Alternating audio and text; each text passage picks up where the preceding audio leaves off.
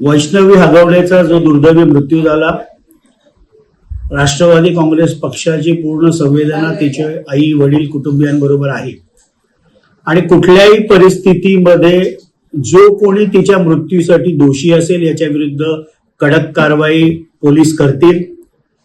महिला आयोगाच्या अध्यक्षा सौ रुपालीताई चाकणकर यांनी सुमोटो FIR देखील दाखल केलेली आहे.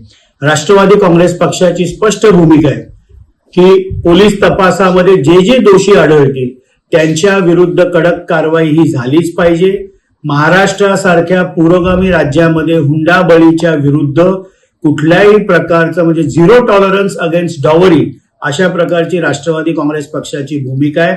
आमचे पदाधिकारी असो नसो ते जर वैष्णवीच्या मृत्यूसाठी जबाबदार असतील तर राजेंद्र हगवणे, त्यांचा मुलगा, त्यांची पत्नी, त्यांची मुलगी, त्यांचा दुसरा मुलगा, संपूर्ण कुटुंबाविरुद्ध कारवाई झाली पाहिजे ही स्पष्ट भूमिका राष्ट्रवादी काँग्रेस पक्षाची आहे.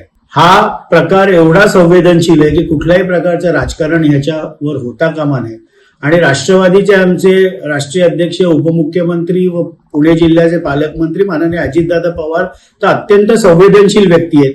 काल नांदेड इथे एखाद्या चुकीच्या प्रवृत्तीच्या माणसाचा पक्षप्रवेश झाला म्हणून त्यांनी दिलगिरी व्यक्त केली. त्यामुळे अशा प्रकारच्या कृतीचं कुठलंही समर्थन राष्ट्रवादी काँग्रेस पक्ष करत नाही आणि विरोधक जे वैष्णवीच्या मृत्यूचं राजकारण करतायत हे देखील निंदनीय आहे.